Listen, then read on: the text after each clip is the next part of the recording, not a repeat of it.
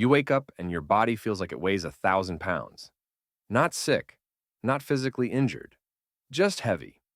The alarm goes off and you know exactly what you need to do: work out, answer emails, make progress. But there's this force field between you and action, and everyone around you, including the voice in your head, says the same thing: you're lazy. But here's what nobody's telling you: that weight isn't laziness. It's your nervous system screaming that something is deeply wrong. And until you understand what's actually happening in your brain and body, you'll keep fighting a battle you can't win. Let me show you what's really going on. Look, you've spent years calling yourself lazy, trying to fix your motivation, white knuckling through productivity systems that never stick. And it's not working because the problem isn't your discipline, it's your nervous system. What you call laziness is actually freeze response, decision paralysis, and energy depletion from invisible loads you've been carrying. Most advice tells you to push harder. I'm showing you why that makes it worse and what actually creates sustainable change. You'll walk away with permission to stop fighting yourself and a framework to address what's really blocking you: trauma, misalignment, and chronic dysregulation. So, what's really happening when you can't make yourself do the thing you know you need to do? Let me tell you two stories that will change how you see this forever. First, I need you to understand something about your nervous system that most people never learn. You've probably heard about fight or flight, those two responses your body has when it detects danger. Someone threatens you, you either fight back or run away. That's basic biology, right? But there's a third response that gets overlooked, and it's the one that looks exactly like laziness from the outside. It's called freeze. And understanding freeze response will change everything about how you see yourself. Here's how it works. When your nervous system detects a threat, and I'm going to come back to what counts as a threat because it's not just physical danger, it has three options. Fight means aggression, confrontation, pushing back. Flight means avoidance, escape, running away. But freeze? Freeze is immobilization. It's shutdown. It's your system playing dead because fighting won't work and running won't work. So the only option left is to become very, very still and hope the danger passes. In the animal kingdom, you see this all the time. A deer freezes in headlights. A possum plays dead. It's a survival mechanism. And humans do it too. We just don't call it freeze. We call it lazy. Think about what freeze looks like from the outside. Not moving, not responding, staring blankly at a screen, unable to start tasks even when you know they're important, feeling paralyzed, even though there's no physical restraint. Sound familiar? That's not a character flaw. That's your nervous system doing exactly what it's designed to do when it perceives threat. And here's the part that nobody talks about. In our modern world, freeze doesn't just happen with physical danger. It happens with emotional danger, relational danger, existential danger. An overwhelming workload can trigger freeze. Perfectionism, the fear of getting it wrong, can trigger freeze. Past failures that haven't been processed can trigger freeze. Environments that feel emotionally unsafe can trigger freeze. Tasks that remind you of old wounds can trigger freeze. Let me paint you a picture. There's someone who appears lazy to everyone around them. They sit at their computer for hours and accomplish nothing. They know exactly what they need to do. The list is right there. But they can't start. They feel enormous shame about this paralysis. They try to use willpower. They tell themselves to just do it. And they fail. And the shame deepens. And the cycle continues. Now, from the outside, this looks like laziness. But from the inside, this person's nervous system has detected a threat. Maybe the task reminds them of a time they failed and got criticized. Maybe their perfectionism is so intense that the fear of doing it wrong is overwhelming. Maybe they're in an environment where nothing they do ever feels good enough, and so their body does what bodies do when they detect danger and can't fight or flee.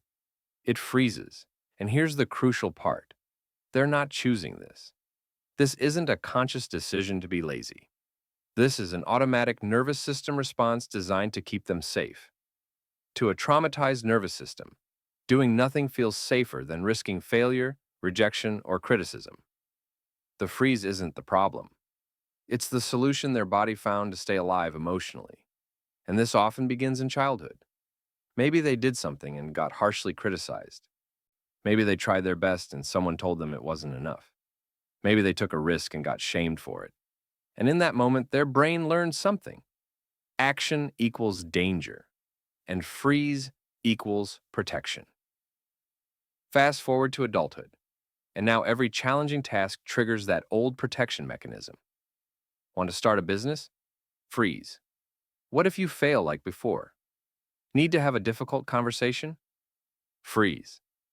What if they reject you? Should go to the gym? Freeze. What if you're not good enough? And then we layer shame on top of this protective mechanism. We call it laziness. And shame is gasoline. On the freeze response, it doesn't help. It makes it worse. It creates this vicious cycle. You freeze, you feel shame about freezing. The shame triggers more stress. The stress deepens the freeze. Round and round. And the breakthrough comes when you understand this isn't a character flaw. It's a nervous system state. It's your body trying to protect you. And the solution isn't to force yourself into action. It's to address the threat. It's to create safety. It's to work with your body, not against it. But here's where it gets even more interesting because freeze is only part of the story.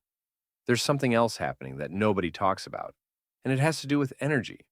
Imagine for a second that you're a smartphone. You wake up every morning at 100% battery, and everything you do throughout the day drains that battery at different rates. Physical work might drain 10% per hour. That's manageable. But emotional regulation? That's 20% per hour. Decision making? 15% per decision. And if you're masking, if you're performing a version of yourself that isn't really you, that's 25% per hour. Processing unresolved trauma in the background? 40% per hour. Chronic stress? That's a constant 5% drain just running in the background all day long. Now here's where it gets real. Most people don't account for the invisible drains. The toxic relationship that takes 30% of your battery before your day even starts. The job that's misaligned with who you are, draining 20% every hour you're there. The unprocessed grief that's a constant 15% background drain you don't even notice anymore. The perfectionism that costs you 25% every single time you attempt something because you're terrified of getting it wrong. The comparison, the scrolling through social media, looking at other people's highlight reels, 20% gone every session. So let's do the math. You wake up at 100%, but you have morning anxiety about the day ahead. That's 15% gone before you even get out of bed. You're in a relationship that's draining you, that's 30%. Your commute through traffic, that's another 10%. You arrive at a job that doesn't align with who you are or what you value, and you're already at 45%. Then you spend 8 hours at that job. If it was just the work, maybe you could handle it. But it's not just the work. It's the emotional labor of pretending you care about things you don't care about. It's the cognitive load of doing tasks that feel meaningless. It's the relational stress of navigating office dynamics. By the end of that 8 hours, you're at zero. You're completely drained. And then someone asks you to work out, or be social, or work on your passion project, or do literally anything that requires energy, and you can't. Not because you're lazy, because you're empty. The battery is dead. There's nothing left. And here's what I realized about my own life. I thought I was lazy because I couldn't work on my passion project at night. I'd come home with all these intentions. Tonight's the night. Tonight I'm finally going to work on that thing I actually care about. And then I'd just collapse. I'd scroll. I'd watch TV. I'd do anything that required zero energy. and I felt so much shame about it. What's wrong with me? Why can't I do the thing I actually want to do? So I tracked my energy for 1 week. I wrote down how I felt in the morning, what I did throughout the day, and how I felt by evening. And what I discovered was devastating and liberating at the same time. I was spending 80% of my daily energy managing a situation that wasn't even important to me, a relationship that was draining me, a commitment I'd made years ago that no longer served me, work that I was only doing because I thought I should, not because it mattered. By the time evening came, there was no energy left for the things that actually mattered. The laziness was just math. No energy left equals no action possible. It wasn't a character flaw. It was arithmetic. And this is where most people get it wrong. We think rest will recharge us, so we collapse on the couch. We scroll through our phones. We watch TV. But that's not recharging. Scrolling actually drains you more. It's cognitive load, it's comparison, it's overstimulation. TV is minimally restorative at best. It's passive, not healing. Socializing with people who drain you, that takes even more energy. True rest, the kind that actually recharges your battery, looks different. It's deep sleep. It's time in nature. It's creative play with no outcome or agenda. It's genuine connection with people who fill you up. It's movement that feels good in your body. It's solitude when you need it. That's restorative rest. And most people never experience it because they're too drained to even access it. But here's the biggest energy drain of all, and most people never identify it. It's misalignment. It's living out of alignment with your values, your needs, your true self. Every single action you take that goes against your values costs double the energy. When you say yes, but you mean no, that's a 30% drain. When you perform a version of yourself that isn't real, that's 40% gone.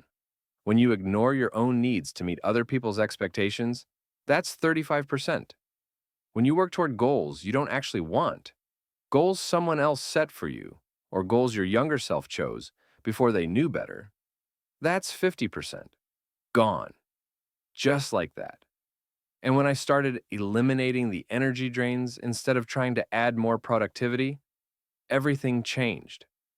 I left a relationship that was toxic, gained 30% of my energy back immediately. I set boundaries at work, stopped saying yes to things that drained me, gained another 25%. And suddenly, I had energy for the things I'd been calling myself lazy for not doing. Not because I became more disciplined, not because I found some magical motivation, but because I stopped the leaks. I stopped hemorrhaging energy on things that didn't matter. And when you have energy, action is natural. You don't have to force it, it just flows. So here's the truth. You're not lazy. You're either in freeze response, your nervous system protecting you from perceived danger, or you're depleted because you've been spending more energy than you have, often on things that don't even align with who you are. Laziness is a label, not a diagnosis. Underneath that label is always something real. Freeze response, energy depletion, misalignment, unprocessed trauma, unmet needs. And when you treat the root instead of shaming the symptom, everything changes. Your body is not your enemy. When it freezes, it's protecting you. When it won't move, it's telling you something is unsafe. Listen to it instead of overriding it. You can't willpower your way out of empty. All the productivity advice in the world assumes you have energy to spend. If you don't, the advice is useless. You have to fill the tank before you can drive the car. And shame about laziness is what keeps you stuck. Because shame activates your stress response, which depletes your energy further, which makes action harder, which creates more shame. It's a cycle, and you break it by removing the shame, by understanding what's actually happening. And here's the paradox. The harder you push yourself when you're frozen or depleted, the more your system resists. It digs in deeper.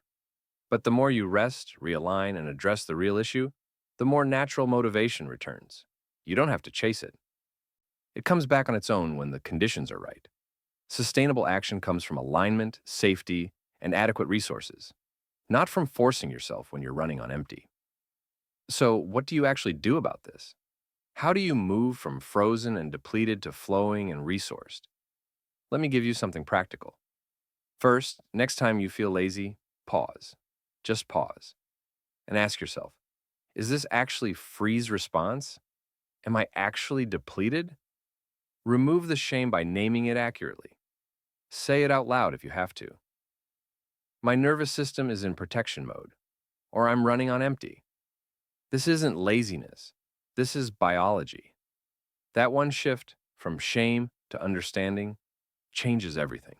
It creates awareness and compassion instead of self-attack. Second, track your energy equation for 1 week. Get a notebook. In the morning, rate your energy 1 to 10. Throughout the day, write down what drains you. The activities, the people, the environments. By evening, rate your energy again.